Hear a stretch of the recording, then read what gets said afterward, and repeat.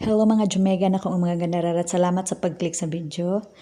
At mga gandararat, syempre, bago ako gagawa ng video, kailangan kong maganda naman. Ano ba yan? Ang pangit ng mukha ko. Yan na nga lang ang kuya. Joke. Totoo naman. 'Di ba? Kailangan natin magpaganda muna kasi ang pangit naman haharap tayo sa camera na pinakita ko lang yung totoong mukha ko bago ako mag-vlog, gagawa ng video. Pangit talaga sa totoo lang. Pero medyo marunong lang ako konti mag-makeup, kaya ganun, joke. Pero kahit nga naka-makeup, wala pa rin ganda. So mga ganda, huwag na kayong umangal dyan. Tapusin mo na lang to. Syempre, para malaman nyo kung bakit nagsara yung salon na tinatrabahoan namin dito sa ibang bansa, no? 'Di ba? Ano ba? Ang tagal? Bilisan mo naman yan. Ay, Diyos ko, Lord, ang tagal. Nagantay yung kaibigan natin na si Marites. Joke lang. Wait lang muna. Wait lang mga gandararat. Wait lang. Nahirapan na nga ako magtagalog. Iwan niyo pa ako. Alam mo ba lahat ng ginawa ko kasi may nag-request sa akin na magtagalog daw ako kasi hindi nila naintindihan. Syempre may mga subscriber din tayo na mga Tagalog kaya yun, nagtiis na lang si Gandararat. Kahit nahirapan ako sa kalisod at pinawisan ng maraming singot, nagtiis talaga ako mga Gandararat para makapagtagalog. Mga gandararat, please naman pa-subscribe kung bago ka sa YouTube channel ko. Please naman. Tapos pa-share or like na lang dyan. Kahit wala nang share, basta mag-like ka lang. Masaya na ako doon. Pero syempre, din sa Facebook page ko, di ba? Gandang Maris. Kaya please na, subscribe, follow. Kunting tiis na lang mga gandararat matapos na tong babaeng maarte. Tingnan mo, nagli-lipstick na siya. Patapos na. So, mga gandararat, pasok muna ang intro. Alam nyo naman, kailangan talaga nating mag-intro. 'Di ba? Diyos ko, ang arte. Bilisan mo. Intro muna tayo mga gandararat para makapag-umpisa na tayo. Salamat sa hindi nyo pag-iwan sa video ko. Salamat. Ang tagal ko. I feel like I'm losing my mind. Is everybody in the world blind? Please, Lord, give me a sign, a sign. I feel like I'm losing my mind. Is everybody in the world blind? Please, Lord, give me a sign, a sign. I wanna be the greatest. Everybody on the fake shit. I look around and feel like everybody is the fakest. I make this every day and I'm impatient, hoping one day I blow up from the basement. Hello mga Jumegan, ako ang mga gandararat. Hello, kumusta man mo diha? Mga gandararat, salamat sa inyong pag-click sa ko ang video, no? Salamat kaayo. Please subscribe mga gandararat pag bago pa ka sa akong YouTube channel og pa-share, pa-like naman og share diha og unsa ba diha. Mga gandararat, kini nga video ako ni siyang gibuhat kay nganong nagsaraman amo ang salon, ang among gitrabahoan diri sa Saudi, no? So akong i-share sa inyo ha kung ano. Pero syempre, na may nag-request ako nga magtagalog daw ko. Mapasubo na po ko sa Tagalog ani. So mga gandararat, umpisahan ko ng magtagalog. Papasubo yung Tagalog. Ganito kasi yun mga gandararat. January 1, 2022, nag-open yung salon namin. Bagong bukas lang kasi siya. Bali, kami yung unang-una talaga nagtrabaho doon.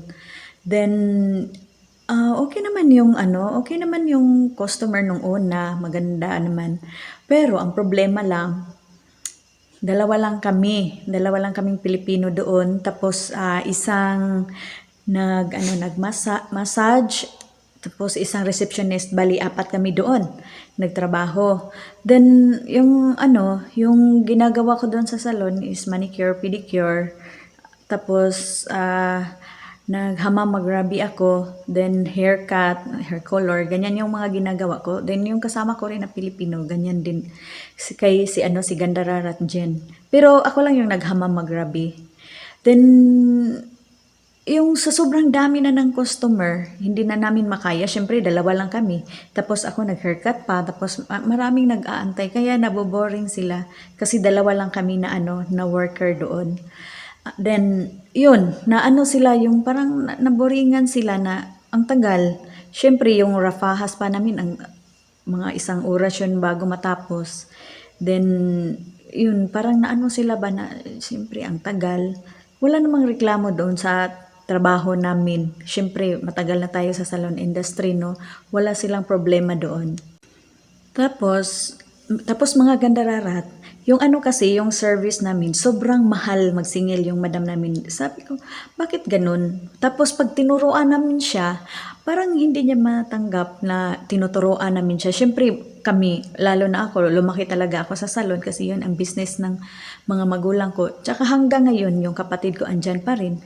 Siyempre, makapag-share man lang tayo kahit konti na ganito yung gawin. Kasi sobrang niyang mahal magsingil.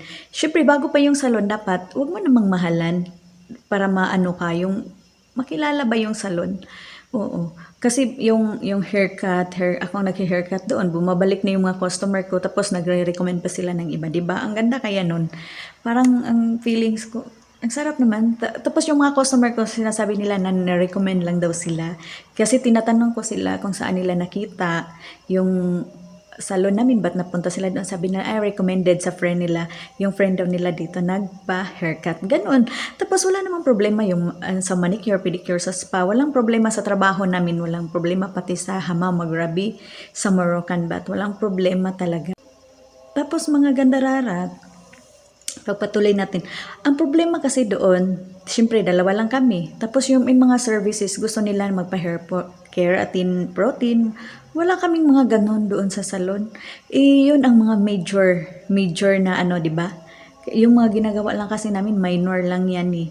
Dapat kasi may mga major na income. Wala. Paano kikita yung salon? Magkano lang naman yung manicure, pedicure, 'di ba? Magkano lang yun. Ay, Diyos ko, hindi nga abot ng 100 yung kamay. Magkano lang, mura lang. Tapos, nagsahod pa siya sa masahista. Yung masahista, Arabian lang siya. Ayaw nila. Gusto nila Pilipino. Naghahanap sila ng Pilipino na sa kanila, magmasahe. Ayaw nila. Kaya, yun na, biglang nawala na yung masahe. Ang hina na. Tapos, araw-araw, na lang, ilan na lang customer, yung mga loyal customer na lang namin bumabalik-balik doon. Ganun na lang sila. Tapos, yung umalis na sila, yung natuto na akong mag-face wax. Diyos ko Lord, ang dami kong naano doon sa salon na yun. Parang, okay, akin na lahat. Parang ganun. 'Di ba? Ang kaya, sobrang kuripot niya, ayaw niyang kumuha. Sabi ko, kulang ka ng staff, madam. Kasi yung iba, naboboringan na. Kaya, ayun. Tapos yung mga gandararat, nagbibigay siya ng tea, ganun, tubig. Yun lahat, binago din niya. Kaya nga sabi ko, bakit ganyan si madam? Dapat kung ano yung naumpisahan ng mga customer, dapat yun din ang niya, sinusunod niya. Parang hindi niya hinintuan yun. Yun, simula no na nagbago na yung niya, tapos parang binaliwala lang niya lahat ng mga gusto namin, mga order namin sa salon na ganito, kailangan namin ng ganito. Hindi niya binibili. Mas binibili pa niya yung mga decoration, ganyan. Ano bang gagawin doon sa decoration na yun? Kaya sabi ko, ba't namimili ng mga ganito? Hindi naman ito magamit. Mabuti pa, binili na lang niya to ng yung pang-keratin, ganyan. Ay, Diyos ko Lord. Kaya nga sabi ko, bakit nalugi yung salon namin? Kaya nagsara. Yung upa, yung tubig, yung kuryente. May pa, receptionist at saka yung masahista. Kami na lang dalawa ng kasama ko yung kumikita doon. Siyempre malugi talaga. Kaya pinasara na lang niya. Nagkataon din na parang nagkagulo-gulo na rin kami dito. Yung pinasok kami ng papa niya dito sa sa hinhigaan namin. Kahit tulog kami, pumapasok siya. Tapos yun, na namin siya ng sexual harassment, na namin siya sa OWA, diba? Yun, parang na siguro siya, logi na nga, tapos ganun pa. Minsan dalawa lang yung customer, isa haircut. More on haircut talaga doon. Kasi bumabalik-balik yung mga customer ko. Kaya maraming haircut. Tapos yung yung sa bandang huli na ito lang mga March, kasi March nagsara. Na minsan 2, 3, ganyan lang yung customer, tapos nagsasahod. Ngayon wala kaming trabaho, dito lang kami sa bahay. Iwan ko kung anong gagawin niya dito, na sabi niya mag-home service. Natakot ako eh. Kasi pag home service din, kailangan din natin ng, kailangan din natin yan ng, tawag nito, kailangan din natin ng lisensya para sa home service kasi pwede rin kaming makulong dito. 'Di ba? Pati yung mga ikama namin, hindi na niya ni-renew. Ewan ko kung anong plano niya. Sabi namin, gusto na namin umuwi. Gusto niya mag-home service kami. Ngayon, tingnan mo, wala namang trabaho. Andito lang, walang customer. 'Di ba? Alam niyo mga ganararat, yung amo namin is nurse siya. Kaya, mahirap talaga magnegosyo pag hindi mo alam yung negosyo. Dapat magnegosyo ka yung alam mo. 'Di ba? Kasi, paano kung magnegosyo na wala kang idea? Wala kang yung okay lang, negosyo lang, ganyan lang. No. Tapos pag tinuruan mo naman, ayaw. So mga gandararat, salamat sa pagpanonood nyo sa sa video ko. Please subscribe mga gandararat.